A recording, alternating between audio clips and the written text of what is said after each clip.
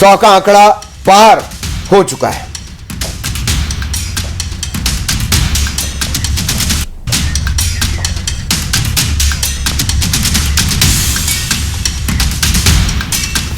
और खास मेहमानों के जुड़ने का सिलसिला भी लगातार चल रहा है। वंदना त्रिपाठी जी का बहुत स्वागत, बीजेपी की तरफ से हमारे साथ जुड़ी हुई हैं।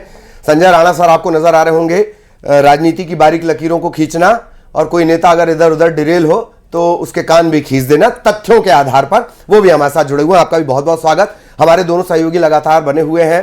और वंदना जी, ऐसा लग रहा है महाराष्ट्र बहुत मुस्कुराने का मौका दे सकता है, शुरुआती रुझान की अगर बात कर ली जाए। जी, महाराष्ट्र में महायुति किस प्रकार से आगे चल रही है, तो ये दर्शाता है कि महाराष्ट्र की सरकार ने, महाराष्ट्र की जनता ने हमें आशीर्वाद दिया है और उम्मीद है कि महाराष्ट्र में हमारी प्रचंड जीत होगी और उसके आसार भी नजर आने लगे हैं। बड़ा अच्छा फील हो रहा है ये देखकर कि जो आप लोग दिखा रहे हैं चैनल पर कि 101 सीट्स पर हम आगे चल रहे हैं। देखिए, महाराष्ट्र की अगर हम बात करें तो महाराष्ट्र एक ऐसा राज्य है जिसके लिए माननीय प्रधानमंत्री नरेंद्र मोदी जी ने विशेष प्रकार के कार्य किए हैं और यही कारण है कि आज महाराष्ट्र की जनता हमें आशीर्वाद दे रही है। महाराष्ट्र भी वो राज्य है जहां की भाषा को माननीय मोदी जी ने क्लासिकल भाषा का दर्जा दिया है और आप जानते हैं कि महाराष्ट्र के लोग अपनी भाषा को लेकर, अपने कल्चर को लेकर काफी ज्यादा सेंसिटिव हैं और इस सब चीजों का माननीय मोदी जी ने रखा है।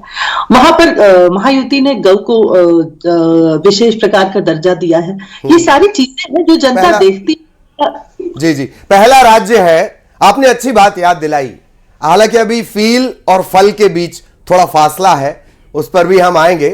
आपने गौ माता का जिक्र किया, तो ऐसा होता है क्या कि मतलब गोवा में एक थोड़ा अलग हो जाता है, महाराष्ट्र में थोड़ा अलग? मैं आऊंगा आपके पास इसी सवाल के साथ। संजय राणा सर, स्क्रीन अब बदलते जा रही है और देखिए, अब पता नहीं उद्धव ने कितनी जलेबी खरीदी थी, शिंदे साहब ने कितनी खरीदी थी, किसकी जलेबी काम आएगी नहीं आएगी, थोड़ी देर में क्लियर हो जाएगा। सर देखिए, ऐसा है कि जहां तक महाराष्ट्र की हम चर्चा करते हैं तो महाराष्ट्र में जब जिस दिन पोलिंग हो रहा था उस दिन मैंने किसी टीवी डिबेट में बोला था तकरीबन 160 से 165 का सुनामी आएगा और एक तरफा कहीं ना कहीं जो भारतीय जनता पार्टी के पक्ष में लोग वोट करेंगे और उसको दिखता नजर आ रहा है शुरुआती रुझान में।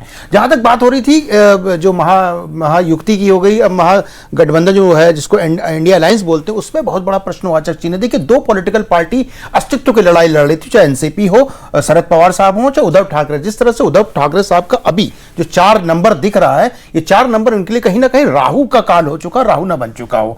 देखिए, क्योंकि उनकी एक अपने आप को बोले थे कि मैं मुख्यमंत्री का दावेदार हूं, मैं ओरिजिनल शिव सैनिक हूं, और उनके जो दावे थे और उनके जो वक्तव्य थे उसको देखते हुए कहीं ना कहीं जनता ने उनको नकार दिया है। और उन्होंने इस नकारा इसलिए है कि जो आदमी जिसका अस्तित्व, जिस पार्टी का अस्तित्व, जिस पार्टी की सोच एक विचारधारा के साथ थी, वो अपनी महत्वाकांक्षा के लिए किसी और विचारधारा के साथ जुड़ जाता है तो इसी तरह के खामियाजा भुगतना पड़ सकता है और भुगतना पड़ रहा है। तो ये देख लीजिए कि कई राजनीतिक पार्टी, मैं बोल रहा हूं 2 राजनीतिक मतलब एक कह सकते हैं चाणक्य महाराष्ट्र कहा जाते थे, दूसरे जो अपने आप को सिरमौर मानते थे महाराष्ट्र के, महाराष्ट्रियंस के, वो दोनों की राजनीति अगर इसी तरह रुझान जैसा दिख रहा है, अगर इसको निर्णय में परिवर्तित होता है तो एक प्रश्नवाचक चिन्ह बन जाएगा इनके राजनीतिक कैरियर पे। और जिस तरह से उन्होंने राजनीति की है पिछले 2.5 साल, जो पहला 2.5 साल था उसमें राजनीति की है, जनता ने उसका कहीं ना कहीं उत्तर दिया है। तो ये देखना होगा कि जो राजनीति हो रही है, किस तरह की राजनीति हो रही, जनता क्या चाहती है। टीवी डिबेट अलग हो सकती है, ट्विटर अलग हो सकता है, लेकिन जमीनी हकीकत अलग हो सकती है जो कहीं ना कहीं नेता भूल चुके हैं। राणा साहब, यहां पर हम ये भी देख सकते हैं कि स्कीम काम कर रही है यहां पर महाराष्ट्र में। कॉपी पेस्ट तो कर दिया गया मध्य प्रदेश से, छत्तीसगढ़ में भी इसका फायदा हुआ, हालांकि नाम भले बदल दिया गया, पर महाराष्ट्र में हम ये मान रहे हैं जो शुरुआती रुझान आ रहे हैं, बढ़त मिलती हुई नजर आ रही है। ये स्कीम ने भी काम किया, यहां पर महिलाओं पर जो जोर दिया गया उसका ये नतीजा कहीं ना कहीं दिख रहा है। बहुत अच्छा आपने प्रश्न पूछा और दोनों स्टेट की महिलाओं का जो वोटिंग पैटर्न है वो बताने की कोशिश करूंगा, हो सकता है मैं गलत भी हो जाऊं। महाराष्ट्र में कहीं ना कहीं जो महिलाओं ने जो एक तरह से अपना